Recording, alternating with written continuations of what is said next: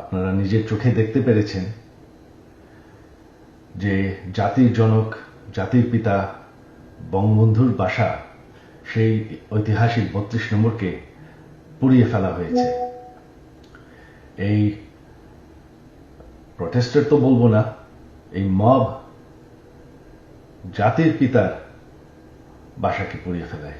সেই বাসা যেখানে বঙ্গবন্ধুকে হত্যা করা হয়, বঙ্গবন্ধুর আমার পুরা পরিবারকে হত্যা করা হয়, যেই বাসা ৭৫-এর খুনিরাও ধ্বংস করার সাহস পায়নি, যেই বাসা এখন এতদিন ওনার মিউজিয়াম ছিল, সেই বাসাকে তারা পুড়িয়ে ফেলেছে।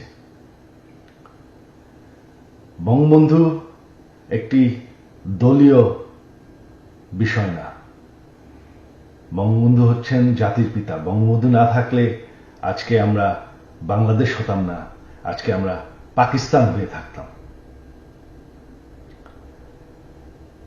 আপনারা জানেন সামনে 15ই আগস্ট, সেই কালো রাত, যেই রাত্রে বঙ্গবন্ধু এবং আমার পরিবারকে হত্যা করা হয়। আমার আহ্বান বাঙালি জাতির কাছে যে আপনারা যদি স্বাধীনতার চেতনায় বিশ্বাস করেন, আপনারা যদি বাংলাদেশকে ভালোবাসেন, আর এই যে বাংলাদেশে বাস করছেন, এটাকে মেনে নেন যে বঙ্গবন্ধু আপনাদেরকে স্বাধীনতা দিয়েছে, আমাদেরকে স্বাধীনতা দিয়েছে।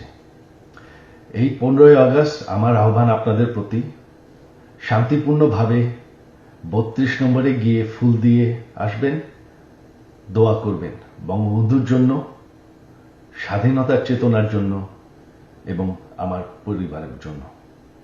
এই হলো আমার আহ্বান আপনাদের প্রতি। ধন্যবাদ।